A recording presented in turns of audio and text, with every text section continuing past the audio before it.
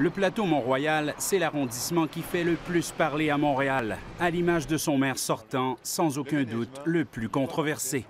Luc Ferrandez est aussi associé à ce maire à vélo, un maire perçu comme celui qui a fait la vie dure aux automobilistes et aux commerçants par ses nombreux changements à la signalisation routière, par la hausse des coûts des parcomètres à 3 $ et par la multiplication des vignettes.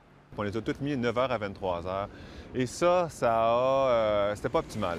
Monsieur Ferrandez, qui est allé de plein de mesures pour décourager, par exemple, l'utilisation de la voiture sur le plateau Mont-Royal, que l'on descende du nord au sud par le plateau. Il l'avait dit en campagne, remarquez, eh bien, il l'a fait. Ça a créé des chocs également.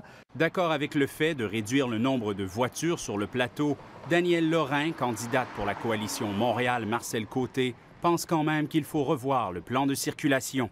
Consultant en gestion, Gilbert Thibodeau est le candidat d'équipe Coder. Concrètement, j'en mettrais pas de pistes cyclables sur les rues commerciales. Je mettrais des stationnements à vélo pour avoir accès aux rues commerciales. Malheureusement, M. Ferrandez, sans consultation, avec peut-être une légère tendance arrogante, a pris des décisions de changer le sens de certaines rues. Donc, vous proposez... Et je propose que certaines rues, sans jeu de mots, reprennent leur sens. Les trois s'entendent pour diminuer les tarifs des parcomètres à certaines heures et dans certains lieux.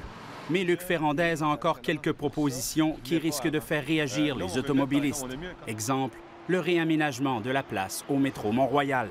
Ça veut dire de retirer la boucle de passage d'autobus à l'arrière, qui immobilise tout l'arrière de la place. Ça veut dire rétrécir ou peut-être éliminer une des rues sur le côté pour pouvoir l'élargir dans sa grandeur. Ça veut dire élargir les trottoirs sur Mont-Royal. Et il y a la question du déneigement, moins fréquent sur le plateau.